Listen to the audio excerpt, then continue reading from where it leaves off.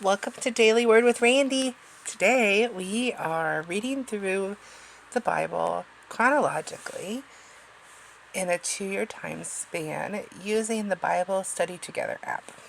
Today I'm on day 27.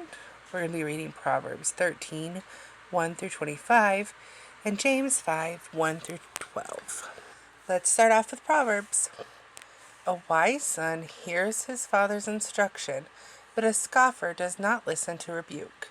From the fruit of his mouth a man eats what is good, but the desire of the treacherous is for violence. Whoever guards his mouth preserves life. He who opens wide his lips comes to ruin. The soul of the sluggard craves and gets nothing, while the soul of the diligent is richly supplied. The righteous hates falsehood, but the wicked brings shame and disgrace. Righteousness guards him whose way is blameless, but sin overthrows the wicked. One pretends to be rich, yet has nothing. Another pretends to be poor, yet has great wealth.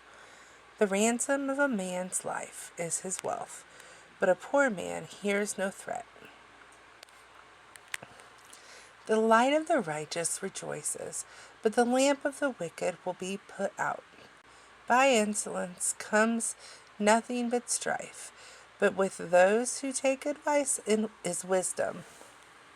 Wealth gained hastily will dwindle, but whoever gathers little by little will increase. Hope deferred makes the heart sick, but a desire fulfilled is a tree of life. Whoever despises the word brings destruction on himself, but he who reveres the commandment will be rewarded. The teaching of the wise is a fountain of life, that one may turn away from the snares of death. Good sense wins favor, but the way of the treacherous is their ruin. Every prudent man acts with knowledge, but a fool flaunts his folly. A wicked messenger falls into trouble, but a faithful envoy brings healing. Poverty and disgrace come to him who ignores instruction, but whoever heeds reproof is honored.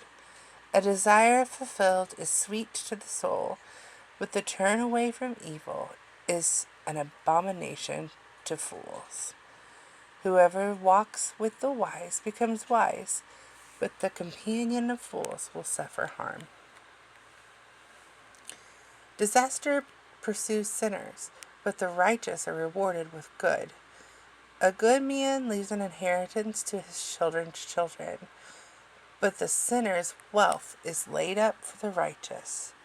The fallow ground of the poor would yield much food, but it is swept away through injustice.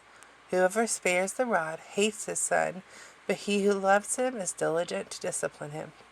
The righteous has enough to satisfy his appetite, but the belly of the wicked suffers want.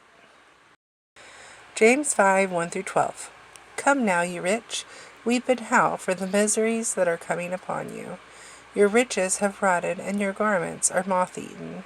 Your gold and silver have corroded, and their corrosion will be evidence against you, and will eat your flesh like fire. You have laid up treasure in the last days. Behold, the wages of the laborers who mowed your fields, which you kept back by fraud, are crying out against you, and the cries of the harvesters have reached the ears of the Lord of hosts. You have lived on the earth in luxury and in self-indulgence. You have fattened your hearts in a day of slaughter. You have condemned and murdered the righteous person. He does not resist you. Be patient, therefore, brothers, until the coming of the Lord.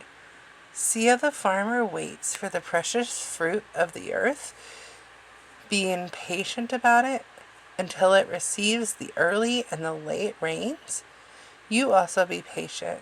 Establish your hearts, for the coming of the Lord is at hand. Do not grumble against one another, brothers, so that you may not be judged. Behold, the judge is standing at the door. As an example of suffering and patience, brothers, take the prophets who spoke in the name of the Lord. Behold, we consider those blessed who remained steadfast. You have heard of the steadfastness of Job, and you have seen the purpose of the Lord, how the Lord is compassionate and merciful.